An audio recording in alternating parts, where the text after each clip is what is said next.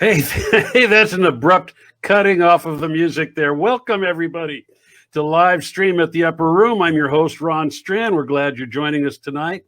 And we are excited about having Bryan Duncan here. But first, before we bring Bryan in, I'll give you a little bit of background and history, who we are and what we're doing. The Upper Room, for those of you who don't know, is based in South Orange County, California. And we are, I guess the best description of what we are is where entertainment meets ministry. We put on an event once per month and usually have contemporary Christian music artists, bands, musicians, comedians, and notorious speakers. And it's been a great ministry that we started in 2009, unfortunately, until the venue that we use opens up again after the virus eases up. We're doing this, and we're probably going to continue doing this anyway, but we have about a 300-seat venue that we use, and we do it once a month on the first Saturday of each month. Check us out at www.theupperroompresents.com. Hope you watched last week when we had the guys from Love Song. And if you're not familiar with what we're doing, we're actually in the process of producing a documentary on the group Love Song, who was one of the first Christian rock bands back out of the Jesus movement. And this is a project that myself and the guys in Love Song have been working on since 2017. We are looking to raise some funds. And if you would, just check us out at Upper Room. Oh my gosh, Marisa, do we have that that website that we could put up, or the where you can make a donation? There it is. This isn't a hard sell, but if you're so moved to help us with this, we're trying to raise $100,000, and we've got a good start, and we've got this thing actually all the filming done. We're in post-production. Incredible piece of history. Actually, Bryan Duncan has contributed to it. Michael W. Smith, Greg Laurie. Oh my gosh, there's a long list of people, Franklin Graham, and so many others who have contributed to this piece, and we are really excited about it coming out. And so if you feel so led to help us with that, we would love to have your participation. If you're viewing tonight, and obviously you are because you're on, but we also want to take your questions. So begin typing questions in on Facebook here, and we're going to do our best to get to as many questions as we can. I don't know what it is, but sometimes people are afraid to ask questions. We love it when you ask questions because it really brings in a whole different dimension of whether other than what I'm asking. So please add your questions to it, and then let us know also where you're watching from. It helps us to get an idea that where our audience reach is. So if you're watching from Temecula, if you're watching from the Philippines, and we do have people all over the world who've tuned into this. So we're excited, and we're excited about tonight. Hey, folks, he has a solo career spanning more than 25 years. Oh my gosh, it's got to be more than 25 years now. It's probably more like 40 years. He's released 7 albums with the group Sweet Comfort Band, which is kind of his early notorious work. But he's done 18 solo albums. His latest one in the works right now is called Shine. He's released 3 albums with the group Neho Soul, and he also began a radio podcast called Radio Rehab. He's the recipient. Boy, this is a great lineup here. He's the recipient of 4 coveted Dove Awards. He's also a Grammy nominee artist, and he has sold over in excess of 1 million records in his career. Ladies and gentlemen, would you welcome to live stream at the Upper Room, Bryan Duncan. There he is. Hey, Bryan. Wow, I should be proud of myself, shouldn't I? You should be real proud of yourself. I couldn't almost get all of that in. Well, we could have cut it out. It doesn't bother me. Yeah, I don't know where I got 25 years on here, but you've been at it for much longer than that now, haven't you? Well, you don't have to rub it in. I wasn't counting. Yeah. I feel better when I don't start taking an assessment of how many decades I've been here. Yeah, no doubt. I know the feeling. I totally know the feeling. So have you been sequestered and at home during this COVID thing? Well, of course. I mean, everybody kind of is. Yeah. I haven't really paid that much attention. I live out in the desert. There's not a lot of people out here to begin with. So, Well, that's good. but I've been kind of at home. I know my house is probably everything that could possibly be fixed has been fixed. I was Yeah, no doubt. patching cracks in my driveway the last time I checked, but I'm getting along just fine. Thanks. Good. Well, you look great, and we're glad you're here. But you've been to the Upper Room on, oh my gosh, it's probably been 5 times, at least once with Sweet Comfort Band when you guys did your reunion tour a few years ago. But you've come several times as a solo artist, so you're no stranger to the Upper Room. No, the Upper Room is a fabulous place. The intimacy is what I love the most. It is very intimate.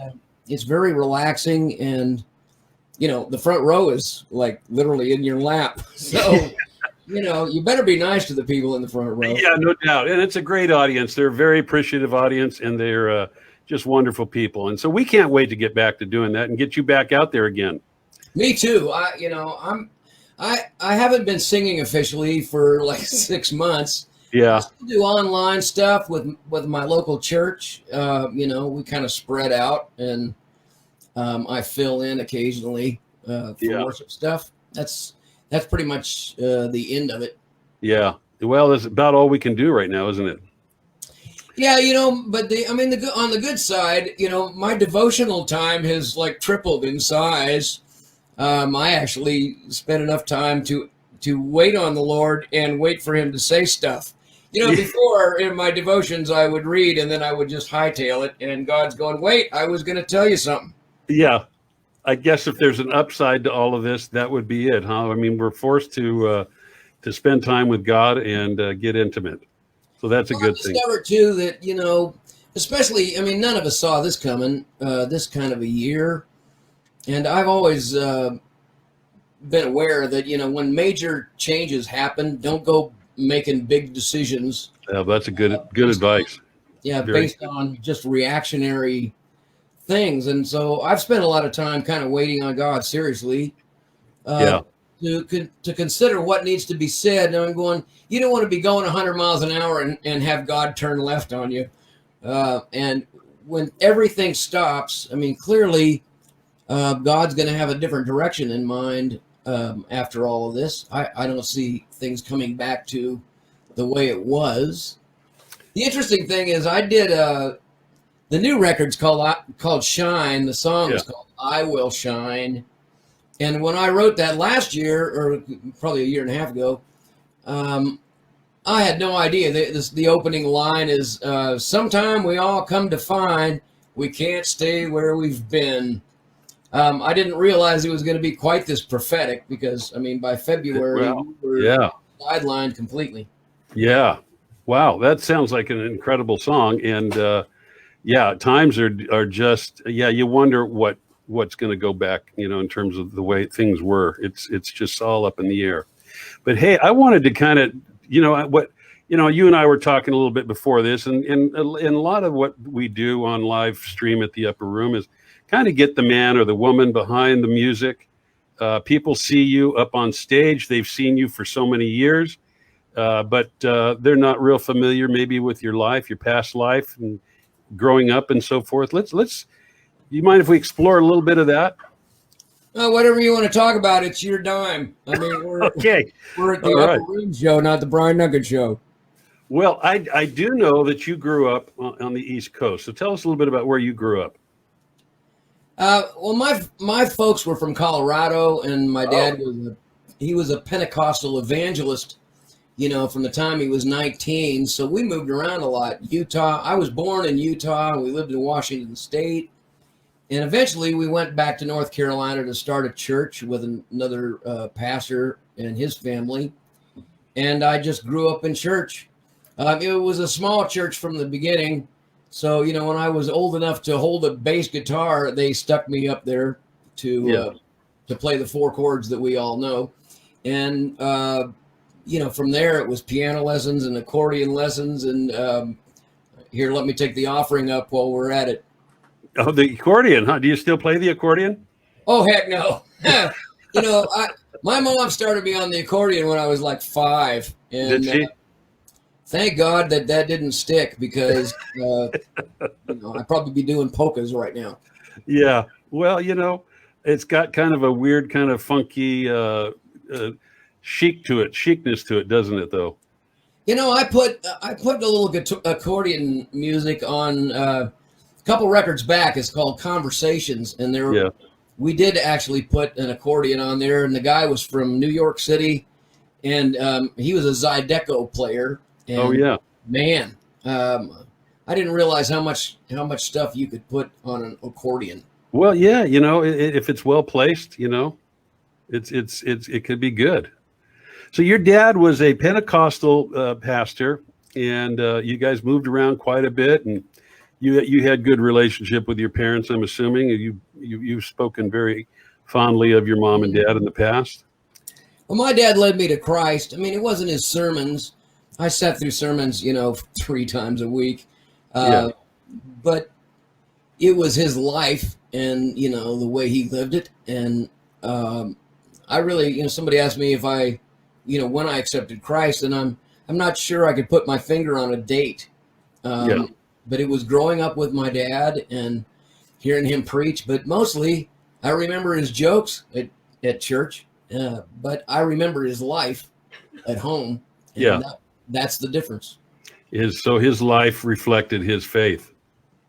Absolutely, he was passionate about what he did, and at the bottom line was he loved people. I mean, he absolutely, everybody mattered. And I was shaking hands with total strangers when I was 3, and I eventually, imagine I just carried that through life. I can strike up a conversation with a telephone pole if I had to. So, and I still do that today because, what I've been doing through this sequestered experience is I'm talking to people in social media, especially on Facebook. And if you ever go to my site on Facebook, Bryan Duncan, I think it's Bryan Soulman Duncan, you'll notice that, I'll get several hundred comments about something that I post, and I answer every last one of them. I mean, I don't see my audience as like those people or, my fans anymore. I've started calling them sweet friends of mine, because it's just not the same world that we live in, and Christianity and Christian music has really never fit into that kind of mold to begin with. Yeah. So I've spent a lot of my time, even in all this downtime, still talking to hundreds of people every week on different venues of social media. Right. And I've certainly gotten comfortable with my family members who are a little surprised that I can be annoying. You leave me at home for a while, my wife is praying that God would give me something to do. Yeah, exactly. Isn't there something you could be doing outside? Yeah, I bring her blood pressure up quite a bit. Yeah. So what kind of child were you? I mean, were you a good kid? What were you? Well, I'm kind of biased, but I thought I was pretty good. You thought you were pretty good? What would your parents say? Would they say you were a good kid? Well, I remember my dad told me once, he says, I knew you had a heart for the Lord and you might go out there and be a missionary and really serve Jesus. He says, but I also knew you could raise hell because you'd been street racing and you got in some fights at school. And he says, but I never thought you'd split it down the middle. I don't know exactly what that meant, and my mom. I kind of get that. You're still kind of a hellion, but you love the Lord and you're doing the work, right? Well, I'm too old to get in trouble at this point, but I remember my mom saying, people would recognize them and say, "Hey, you're Bryan Duncan's folks, aren't you?" And she said, "I was always afraid to admit it." Because is that right?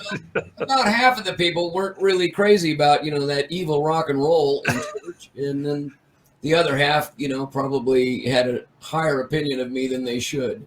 Well, that kind of takes me to, because I know when you came out and did a piece for us for the Love Song documentary, and you told a really great story. because what brought you out to California was what you saw happening, and you particularly with Love Song. Absolutely. And so you tell that story, because I think it's really kind of a really cool story. Well, I went to first year of college down in Florida. It was a Bible college, and I didn't even last a year. I got kicked out of school. They said I wasn't missionary material, and my dad came to pick me up. He didn't say a word for the 14-hour drive back to the Carolinas. And I was just spinning my wheels at that point, really had no idea what I wanted to do with my time or my life. And I remember one of my cousins saying, you should come out to California so you can do anything you want out here.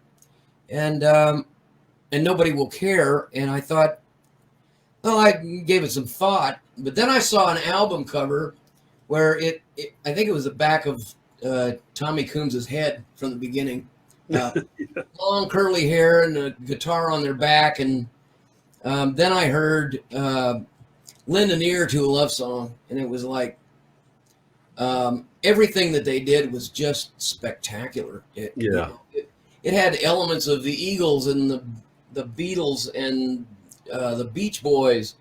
It was just everything. And the harmonies. I'm still trying to get some bands to cover Welcome Back by Love Song, because... Are you really?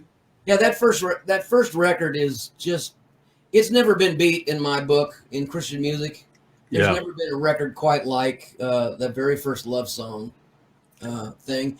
And so I literally dropped everything and drove out by myself and went to college down in Costa Mesa. I think they call it Vanguard now. University now. It used to be Southern California College. Yeah. Vanguard, that's Vanguard. it. Yeah.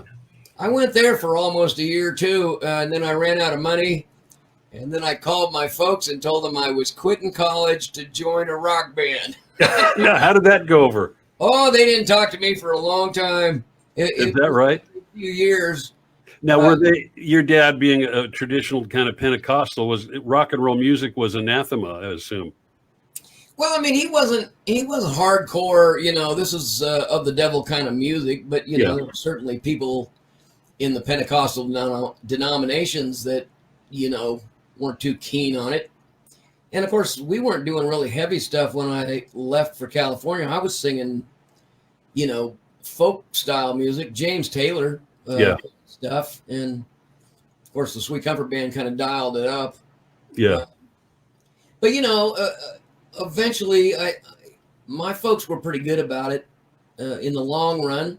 I think it took them a while to see where my heart was and to see what my real intentions were. And that I did have a heart for the Lord. I needed to express it in a way that was personal to me. Sure. So needless to say, Love Song, the same direction. Yeah. And you came out and found that. And so you connected. Tell the story of how you connected with the guys in the Sweet Comfort Band. Well, I went to see Love Song. They were at the Jesus. It was a Jesus movement, and there was a big tent in Costa Mesa where they would have these Monday night Bible studies, and there was like 1,500 people come to this Bible study. Sure. It was stupid big. But I went to see Love Song, and then I started schlepping their equipment, just to kind of hang around and get for it. And then I tried out to sing at the Bible study, and back then everybody played a guitar. Yeah. So I started playing a piano, and it was off to the side of the stage, so my early solo stuff was on the side of the stage. You couldn't even see me back there. Is that right?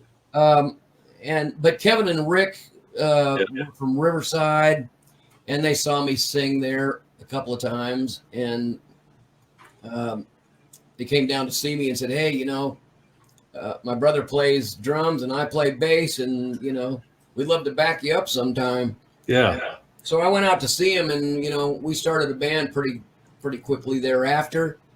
I quit college and I moved into a garage up in Riverside where I stayed for 3 years. Sold blood plasma too for gas money. I've got tracks in my arms over here, from the days of when I was 20. You're walking around like a zombie, trying to just selling your blood. And Well, they used to pay you for plasma. I don't know if they still do that, but it was enough for gas money. Got me around town. it got you around. So you guys started getting together and jamming, and then you formed the band. How did you end up getting a recording contract? Well, for a long time, we played every high school and, gymnasium and street efforts for at least 3-4 years. Right. Until we were invited to play at Calvary Chapel, Costa Mesa. That was the big thing on Saturday nights. Right. There was 3,000 people at that. Yeah. And it was like making the Tonight Show back then. Yeah, exactly. Like, boy, if you got on that. And then we became regulars on there. Yeah. And from there, it was kind of a matter of, pursuing Maranatha Music, who was really the only game in town at the time. Yeah. We still raised half of the money for our first record ourselves because they weren't gonna cover us completely because we weren't country rock.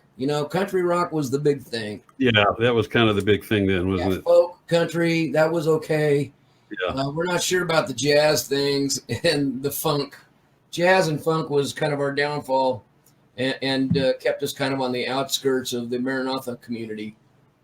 Really? I didn't think that. I would think that was what really set you guys apart from all the others, because you did have so many of the other kind of genre that played that. But you guys had a kind of a funk, jazz, rock kind of feel that was really unique. I don't know, it was not like the, Daniel Amos and Road Home and, they all had kind of a twang to them. Yeah, right. Good bands. I love Daniel Amos and the Road Home. Those groups were great.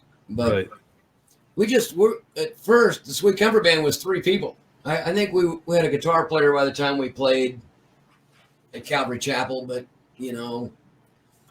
there were 4 different styles. The bass player was a heavy metal rock guy, and the drummer was real vocal. He loved Orleans and vocal groups, and Randy was a chord nightmare. I mean, he loved, jazz chords and great guitar player. Yeah. And me, I just kind of liked pop music and funk. I liked Stevie Wonder and that kind of thing. So we didn't do it on purpose. It was just kind of fell together that way. Yeah. Yeah. And so you guys ended up doing 7 albums, I believe, right? With Sweet Comfort Band all the way through. We did 6 albums, while we were a band together. Yes, right, 6 albums. And then we got together like 30 years later. Yeah. And, mostly because Kevin was having health problems, the bass player. And so we thought maybe we could raise some money that way to, cover some of the health costs. He died while we were making that record, by the way. But, I didn't want to go back and just rehash the old songs. I wanted to write new stuff. And so The Waiting is Over is what that record eventually became. And the cool thing about it is those songs are about looking back at our lives with Jesus. Out of all the things that have come and gone, the one thing that is still here is our faith in Jesus. Nobody in the band took off and did something else. Yeah. We followed Christ all the way to now, and still are by that way. Right. Well, I know you guys played the Upper Room when you guys did the Waiting is Over tour, and really great response from the audience. And what was really cool though is I remember the Upper Room gig. The first song we played there was "I Haven't Seen You for a Long Time." It was classic. It was perfect for a reunion thing. It was. I haven't seen you for a long time. Wonder just how well you've been. Yeah, and it was great. And you guys sounded really good.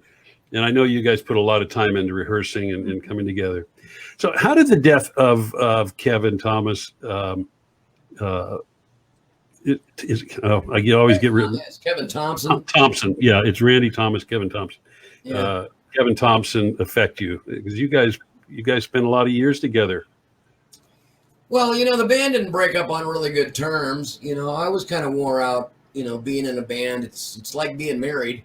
Yeah, and, sure. I did get counseling, and he said,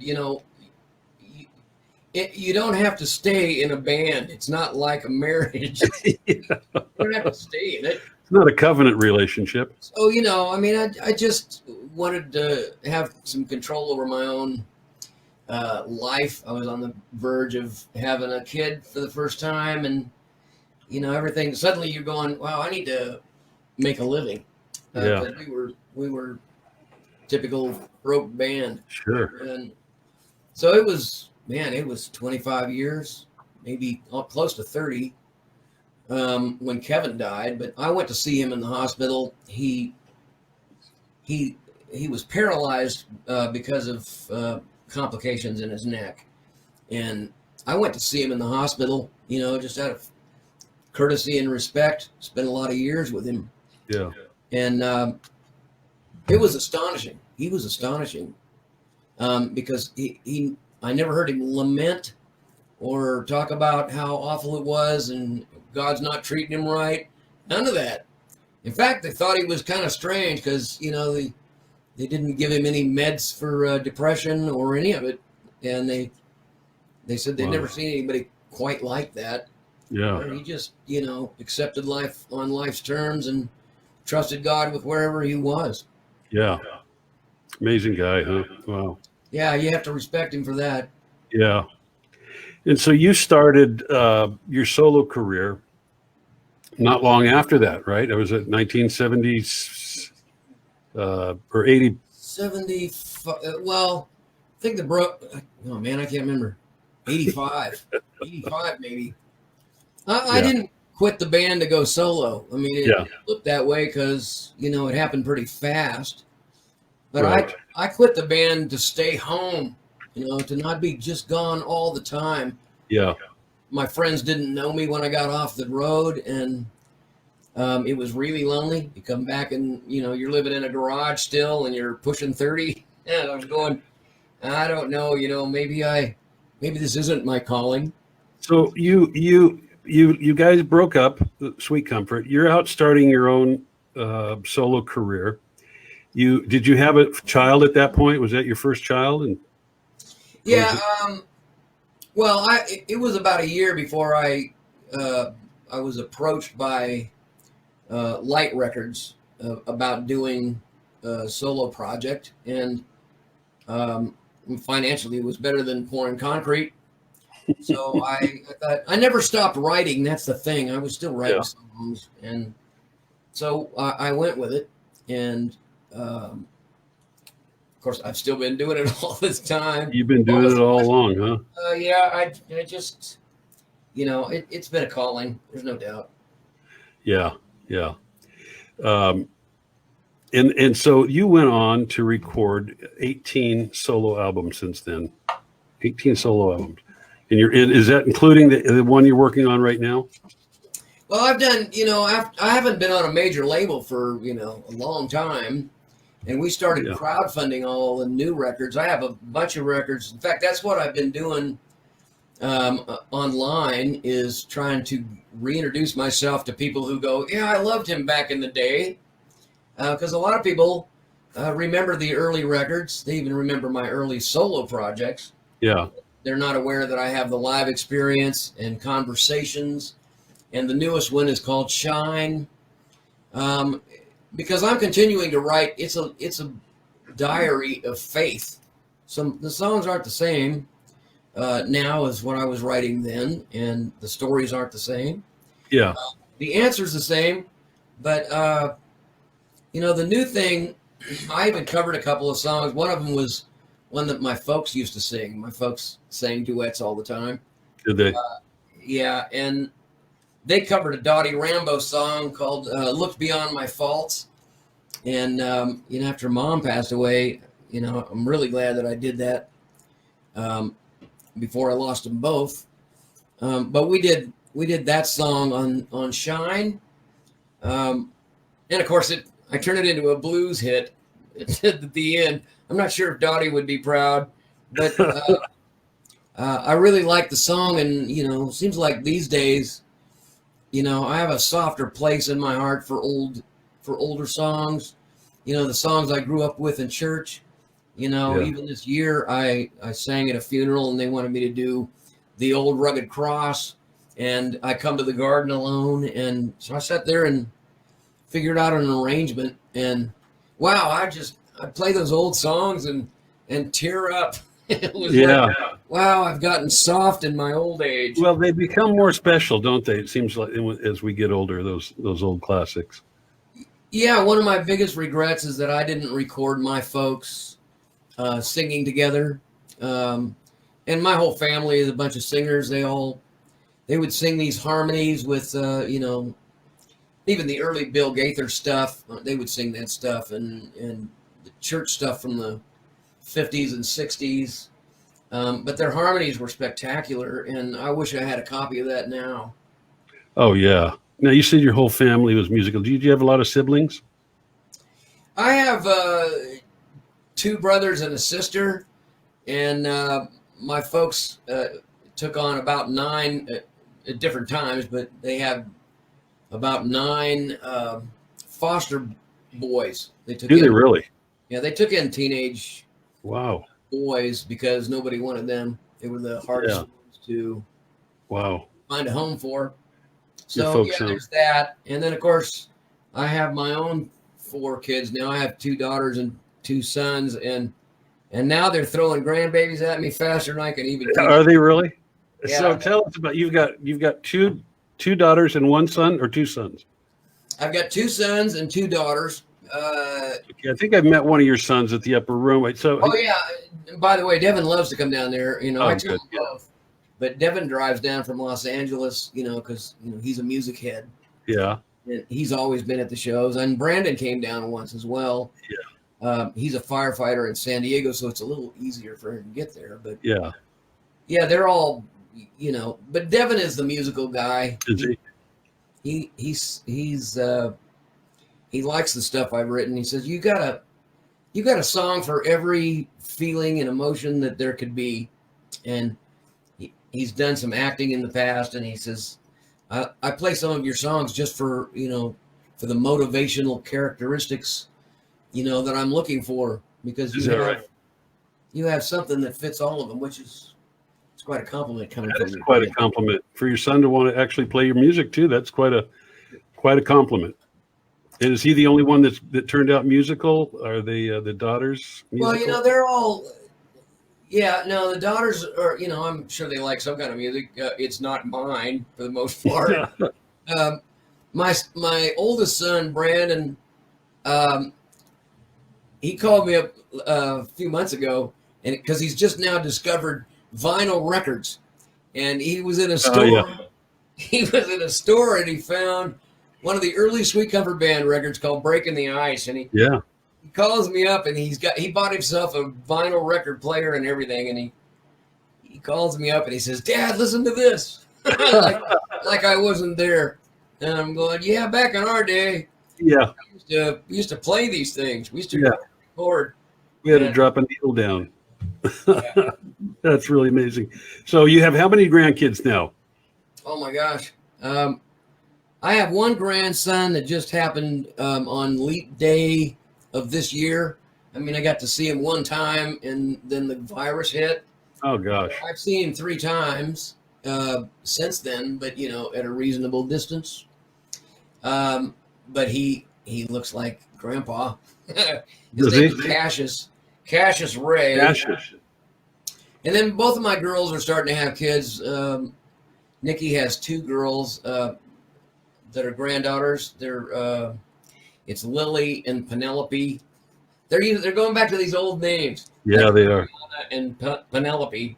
Yeah. And now I had one just. She's not even a month. She's 6 weeks old, I think. Her name's Kyra. I call her K-Ray. Kaya, that's what her name is. Kaya. And don't tell him that I didn't get that name right. I've seen her 3 times. It's still a little nerve-wracking to, go be around babies before they're even vaccinated, especially now. So. Oh gosh, yeah. This time it's got to be really tough that you're not able to be around them. So let's go back a little bit, because you were talking about it was difficult being on the road at the height of your career. How many days a year were you out on the road? At the height of my career, Yeah. oh man, I don't. Well, number one, I'm not really sure if I would have recognized the height of my career. It was just another day Where, at another where was hotel. that? Yeah. You know, Well, I guess at the peak, where were you at what time when you were traveling the most? Would you be doing dates? And I mean, I think solo. You know, when I was able to start flying to concerts, yeah. you know, I probably was doing 230 concerts a year. I Oh mean, I gosh. was never home. Yeah. You know, that cost me a marriage, by the way, over the long haul, just never being home. And, Yeah. you know, I don't think that was a particular design of my calling from God to just be gone. And it's kind of like winning the world and losing your own soul. You know, the Bible Yeah. talks about that. Yeah. It's a tough balance, isn't it? I mean, and I've heard that from so many artists that you know, the where to draw the line between, you know, family and what's ministry, because we always think we got to be out there doing it, you know, because God's called me to do this. And You know, it's so, just like being this sequestered, you know, nonsense. yeah, right. You know, just being stuck at home. Yeah. I gotta just say that, you know, I've really gotten more comfortable in my own skin than I ever was. You know, because you spend your whole life, you know, trying to be shiny all the time, Yeah. or just be, you know, up and, you know, and act like you have all the answers, and it's exhausting to act like that. Yeah. And now I spend a lot of time on my back porch. I call it the hubby lobby. But, you know, just give me Wi-Fi and a good chair, and I'm good to go. And Yeah. But, you know, meeting my grandkids and being there for birthdays is something I've never experienced, where I would be there on their birthday. 'Cause we used to postpone Christmas for a week until I got Yeah. home. Right. Postpone Easter. Birthdays were whenever we could squeeze them in. And, you know, one thing I got to say is I haven't missed a birthday this year. Well, that's good. So how is it different being a dad as opposed to being a granddad? What have you found there, the big differences? You know, it's not my responsibility.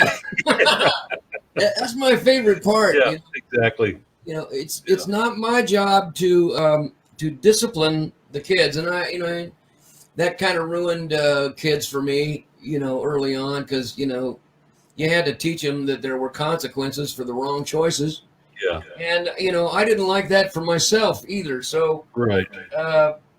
but now with grandbabies, of course they're all pretty young now, and most of them haven't learned to talk yet. They probably get more annoying, you know, as they grow up. But Yeah. not my responsibility. And I Yeah. can take them to we're going to go get ice cream and we're going to eat cookies. Yeah. You get all the good stuff, and then they can take them home and deal with all this bad stuff, right?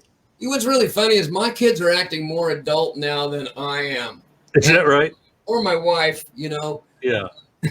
My Now, daughter. all your kids are married? Are all your kids married and have kids? Or, They're no, all but one. Yeah. Devin is. Don't tell anybody, but he's probably considering it. okay. But he's the last lone wolf, and he's been dating this redhead, another red-haired inspiration, I guess. Is that right? You know, for a couple of years now. So yeah. And you've God has blessed you with a new wife, not a new wife, but you're married. Vacancy. Take two here, huh? Well, you know what? I wasn't really looking to get married. I was dumbfounded. You know, she was pretty direct. She asked me out, and I remember her saying, she says, "Well, I want a relationship," and I said, "Well, I'm not capable." One of the Did first you really? I just said, "Well, I'm not capable of a relationship." I was convinced that I was, you know, just the last possible redeemable male in the world. And you know, she just kept following me around, kind of. I mean, after we started to get dating pretty regular, she started backing off on that because, started to see how irritating I can be. Is that right? So Yeah. how many years have you been married now? We got married the first time in 2009. That way. The first time. Well, Do we want to explore that? We ran into a couple of snags. Yeah, sure. When I asked her to marry me the first time, she said yes, eventually. So, and I went to a lot of trouble to, take her to the beach and, do this big fancy thing. But she said I wasn't ready, and I guess I wasn't. So there was a little fall between the cracks for a while, and we had to kind of revisit the regulations for what marriage is about. And we've been married now for 10 years, and she's priceless. I mean, she's absolutely priceless, and it's not because she's hot looking anymore. It's the childlike woman that I see in her, and her ability to come to me in some situations and say, you know what, I need a mulligan. I shouldn't have said that. Or she takes her own responsibilities for her life, and she's kind of teaching me to do the same. Although that's a good thing, right? Myself. Yeah. Blame everything on anybody else but me. Well, they keep you honest, don't they? Well, that or they don't feed you. So you might want to stay tuned. Yeah, it's always a downside, right? Yeah. Hey, let's take Marisa. Go ahead. What were you going to say, Bryan? My wife is not here. Okay. Since we have now that we have grandbabies, I'm a widow. Is that right? Because I don't see her too often. Yeah. Hey, let's see, Marisa. Do we have any questions? Okay, we got one from Ian Hayden. Hey, Ron and Bryan. Bryan, what's your favorite albums? Or any rare or collectible recordings? What's my favorite albums? Are any rare or collectible recordings? Well, most of my albums are out of print, so I think they're all kind of rare. The early Sweet Comfort Band stuff is really hard to find. The very first Sweet Comfort record, I guess that would be rare. It's hard to find Have Yourself Committed. But probably the most rare was the one I did with the Neo Soul Band. It's called Still Dancin'. That was my first attempt at doing a record without a record company. Well, I want to talk about Neo Soul, but before we go there, my mind just went blank because there's another question I wanted to ask with that. But I know what it was. Who owns the music now? For instance, the Sweet Comfort. Do you guys have rights to that anymore, or is that? We know Maranatha owned it for a while, at least the first record, and then it got sold to some entertainment company. Word that bought it out, or and we can't find it, but I know that one of Kevin's sons has the masters to the record. Is that right? I hadn't had any plans to go back and revisit or remaster it. And there's another guy that has done re-releases of some of the other Sweet Comfort Band stuff, but I don't own any of those. Yeah, right. And then your solo stuff, have you always recorded with the same label, or have you? Well, my first solo record was with Light, and I think I switched. I went to Word pretty early on, and I was there for 10 or 12 years. Yeah. So most of the records they own the majority of the publishing. I own a significant portion of my own publishing, but the records aren't mine. Right. And and so now these new records that I'm doing, we own outright, and right. We sell them at BryanDuncan.com. If you haven't got live experience or conversations or shine, that's what we're trying to do right now. Good. Well, let's put that up, Marisa. BryanDuncan.com. We'll put that up a few times over the Yeah, spell Bryan with a Y. Bryan. Yep. Yeah. So let's talk about Neho. Is it Neho Soul or Neo Soul? It's just a fancy way of saying neo soul. When we put that band together, neo soul was the new thing. Soul to Soul was a group we really liked out of England, and it was just a revival of soul music. And, Yeah. So it's just a fancy word for new soul. We just wanted something that was a little different, but everybody mispronounces it now. But that was a killer band. Yeah, you had some quite a players on that band. Well, the first time I played with them was up in Washington State, and they were so good that I remember stopping, because they just hammer a groove. Yeah. And I remember being on stage with them and then turning around and looking, going, wow. In fact, I let a few bars pass by. I didn't come right in on the second verse of Ain't No Stopping Now. Because I had to stop and see, these guys are unbelievable. I could have left the building and gone down the street for coffee, come back maybe 20 minutes later, and nobody would have missed me. Is that right? So were they already a band that you came in on, or was it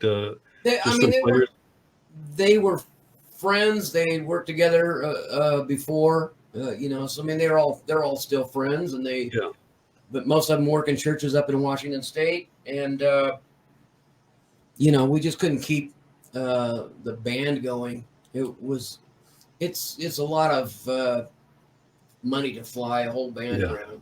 Yeah, that's difficult. So the last time you did something with those guys was when? Well, after the first 2 years, I was always substituting someone. The bass player couldn't make it, or the guitar player was, had something, or the keyboard guy. And, that was kind of the downfall in the long run was I was replacing people for about every other gig. So it was kind of, Yeah. And I had to admit that I wasn't really the guy to try to run a record label or, be the head guy of a band. I do what I do. I write songs. I have feelings. Yeah. I talk to people. And, that's about the extent of my talents. Sorry to say, but, that's the way it is. Well, you're a very talented man, Bryan, and you have the distinction of being awarded 4 or 5 Dove Awards, CMA Dove Awards. Really? Yeah. You've forgotten about that? I've got 2 in here that I know of. Is that those on the wall behind you? Well, no, they're Or are they statuette? These, Oh yeah, there it is. This is what they look like. Yeah. One of them, the front thing is falling off, so I don't even know what it was for now, and I don't know what this one's for really. My Utmost for His Highest. That's where this inspirational album of the year. But we Comfort Band, we won one of these, early on, but it was for the best album cover. Was it really? Something about that. The whole band just looked at it and goes, "That's it." Really? You don't want to tell people about it, when you come to town. Yeah, we won a really good album cover. Yeah. Who did that? Was that a Rick Griffin album cover? Well, the first the Breaking the Ice one, or is it the Sweet Comfort Band logo was done by Rick Griffin. The rest of it was I can't think of his name right now. He did all of those from Breaking the Ice on. Hearts of Fire and Cutting Edge. Right. Oh man, I can't. Somebody's gonna kill me for not knowing his name right now. But he also did the album cover for Mustard Seed Faith, so you can find him. Yeah, right. That was the most amazing cover. But yeah, they were all really great covers. But I really kind of wanted people to like my music. Right. So you tell me a little bit about who are your musical inspirations early on? Who were the ones that you looked at and said, "Man, I got to be doing this"? Aside from, like you talked about Love Song, but some of the other individuals or groups that inspired you in music. Well, when I was in high school, I had no clue that I'd be doing music at all. I sang in church because they needed the help. I played there and I sang a little bit, but I wasn't thinking I was going to amount to anything there. So, but I grew up on James Brown. I love that stuff. I love Sly and the Family Stone. Hot Fun in the Summertime. Right toward the end of my high school years. And that was the funk. That's where I really like that backbeat, Yeah. But, James Taylor probably had a lot of impact. It was just whatever I heard on the radio that I liked. Steely Dan. I still love their stuff more than anybody. Yeah. Well, that would be, all the groups and individuals that you're talking about, I could see them all in your music. I've stolen from everybody. Well, that's the way it is, isn't it? Who do you listen to these days? Wait, I've been taking piano lessons during all this downtime. Have you really? And just to write some new songs and find some new inspiration for writing. And it's like, chord structure was always the thing that got me about music generally. Yeah. The way it was. It wasn't just the three chords. It was, sevens and nines and 13s. I'm learning about 9s and 13s and how I get there. Yeah. And I've played them by ear for years, but understanding the chemistry behind a chord is kind of a fun thing, and it's gotten me inspired to write new songs. I've written some new stuff that I hope that we will be able to, because we're crowdfunding all of our records now. Yeah. That I'm hoping that we can raise enough money to do new music. Yeah. Wonderful. I told you this hour goes so quick, doesn't it? We're getting toward the close of the hour here, and there's a number of little questions I want to ask you kind of at the end here. But Marisa, do we have any other questions we can go to before we go there? Oh, there's one from Michael Carriaga. What is your favorite song? We had earlier favorite album, but what's your favorite song to perform? I hate to do this to you, but because everybody's always waiting for the something that they know. But my favorite song to perform is the one that I just finished writing. That's usually the way I work. Yeah, because that's the most fresh. Because my life is a diary of faith. The new songs mean more to me, but I would have to say that a song that I wrote when I was 20 years old has been probably the high watermark of my career, and it's called "I Love You With My Life." Oh, great song! And that's got it's got a 7 in it. That's when I first discovered a 7 chord. Can we maybe hear a little bit of that song? I don't know if you can hear it. Can you hear that? Yeah, we can hear it.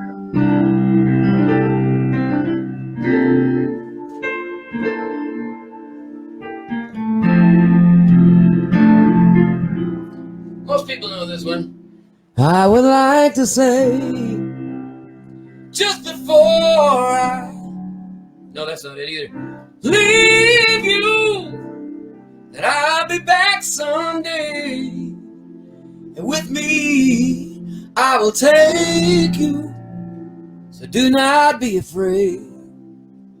Only watch and pray. This is perfect for sitting at home and wait for my return. Can you even hear that? Oh yeah, it sounds great. Keep going. I have a brand new keyboard that I'm trying to figure out how it works. Uh-huh. And then I have a little, 10-inch speaker that sounds awful most of the time. But check this out. This is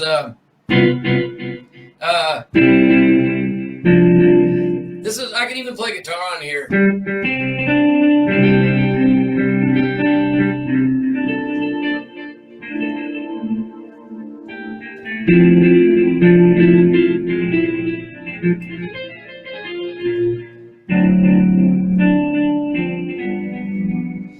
So, That sounds great. you can say goodbye to the band. I can do my own guitar work now. Yeah, you could do it all. So what's next, Bryan, for your career? I know we got the album coming out, and Well, you know what? I gotta put a shout out to my SFOM friends, the people that have supported my music the last 5 years. That's the only reason I'm still doing music is because there are people out there that believe in my music to the point, well, they will put money up, having not heard anything of the music, and wow. even if it's even before it's written, and here's where my life has changed a lot. Is I see the people that support my music, the sweet friends of mine is what I call them. I have a private forum where I talk to them almost every day, and I see it more as a fellowship of believers now than fans, or sure, we share particular things about music, but in the last few years, a lot of my friends and the people that grew up with my music are facing hardships and health problems and stuff we never planned on, even this virus thing. So, I mean, one of the most popular parts of my private forum is the prayer request channel. Yeah. And people are asking for prayer for different things all the time. And, I'm trying to walk with people I grew up with, that grew up with me, in a different way. Almost like, I wouldn't say a pastor because I'm not really that, but to walk with you as a friend, because I know what it's like, to be afraid that you're going to run out of money before you die, or you're going to die before you get everything you wanted in your dreams or whatever. So, I mean, the sweet friends of mine have been a real focus for me. I also post little nutshell sermons just because I read devotionals every day, and now I read 3 devotionals every day because I've got the time. Yeah, you got the time. And, so I'm just trying to post things that inspire me, that keep me serving the Lord. I Will Shine is a record where I realized that I needed to find new ways to be a light in the world. And believe me, as dark as it is, it's a light shows up pretty good in the dark. But I'm discovering that, I get unplugged really fast just watching the news. And there's a lot of things you could be in fear about. And sure. So I'm working on my relationships with my friends and my family, and writing songs that matter to where we are right now, and hopefully you'll hear them. It sounds like a very healthy time for you. Tell us when the album Shine will be released, and let's go ahead and put up Bryan's website again, Marisa. Well, the album Shine is already out. It has a song that I did because I've been posting videos online on Facebook, especially. I have a YouTube channel and a Vimeo channel you might not know about. It's at BryanDuncan.com. You can find all that. But Shine's been out for a while, but it's the last record I've done, and it has a song called Remember My Mother, who passed away last year. Oh, yes. And it has I Will Shine and Blessed Are the Tears. We recovered a couple of the well-known songs that I've done in the past. Yeah. Just because we wanted a real band sound, and some of those songs, Blessed Are the Tears was done with a drum machine and a lot of computer technology. Yeah. And I should have known that Shine was out already. I did know that. But the one I think I was thinking of, you guys are working on a Christmas. Oh, yeah, we're working on a Christmas record, but, we've got 2 songs done for it. My manager, Christopher Redner, approached me about the idea of doing something different around Christmas, because it's the one time you can reach out to the community in a way that you don't get to if you're just singing in churches. And it's a way because I still want to reach people outside the church. Yeah. And that's always been my goal. And we did 2 songs a cappella. We used an a cappella group, and he was suggesting we try that just because you should hear some stuff that sounds different for me. Yeah. And man, it was astonishing. So, we would like to, when we get out of this mess we're in right now, Yeah, no doubt. embrace the record. I've got some really cool Christmas songs you haven't heard. I don't know if they'll make the record yet, but I had this one go, I might have just missed Christmas. That was a funny one. Yeah. But there was there's songs that we'd like to do for Christmas again, because it's still my favorite time of the year, and I hope we get to celebrate it in some fashion by Christmas of this year. And wonderful. And so we'll look for that. What is that going to be called? Do we know yet? No, I mean, there's some. Depends on who else we get together with, and we've been working with some people that I have never worked with before, and so I don't know what direction the record will take at this point. Yeah. But I want it to be astonishing, and I want people that have listened to me for years go, "Wow, that's him," because I tend to fall on the same licks after a few years, and let's do something new and fresh.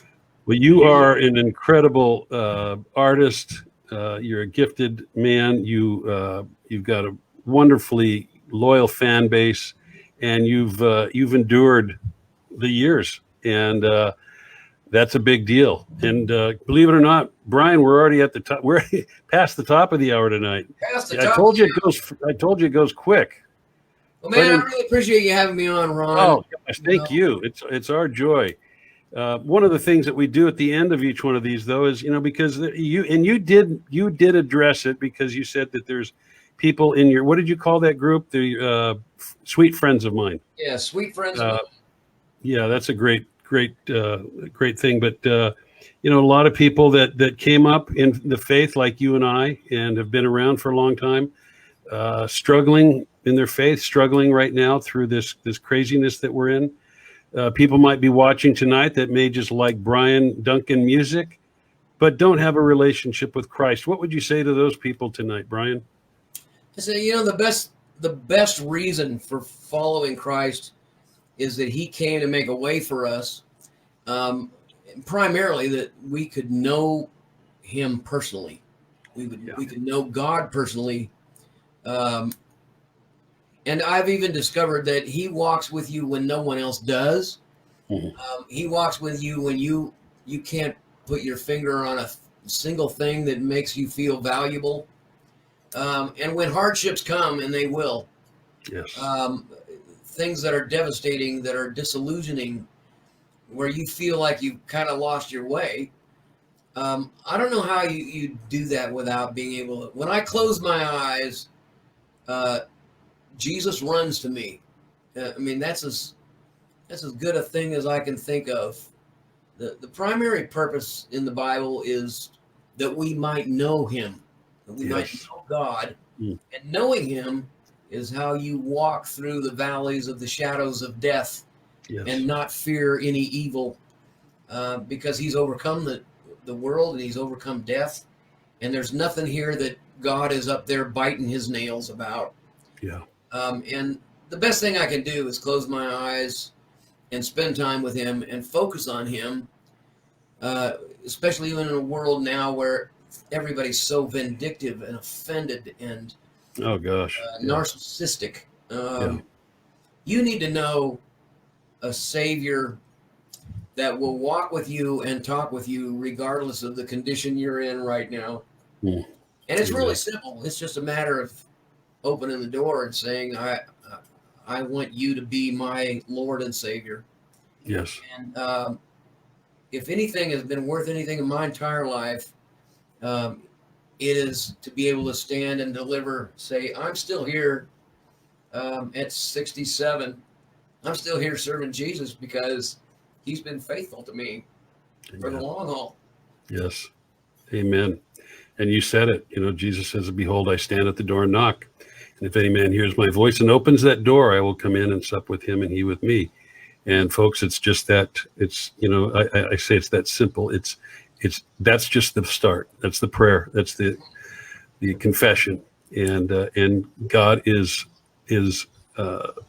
solid on his word. He will come in And that faith that Bryan has sustained Bryan all these years, that has sustained so many, you can have that too. And give him the chance to open your heart and give God a chance to renew you, and he will do that. And if you make that decision tonight, would you let us know at the Upper Room, because we would like to send you a Bible and some literature to help you kind of establish yourself in your faith. And if you have any prayers that you need, we do pray here, and you could send that to prayer@theupperroompresents.com, prayer@theupperroompresents.com. And we'd love to communicate with you. There you go. Bryan, thank you so much. It's so great to see you. And we got to get you back to the Upper Room once we're up and running again. We got to get out of this place. Yeah, if it's the last thing we ever do. Yeah, I'm ready to sing. I really am. Well, we're ready to hear it. And folks, thanks for watching. Bryan, thank you so much. Yeah, thanks. And we'll talk to you soon. Always And appreciate you, man. Likewise, buddy. You too. And folks, thank you for watching. And next week I will be in Nashville, and we're working on some things. We'll see what comes up with that. We might do a live feed there, and we'll see about that. But thanks for watching, and God bless you till next time. Bye-bye.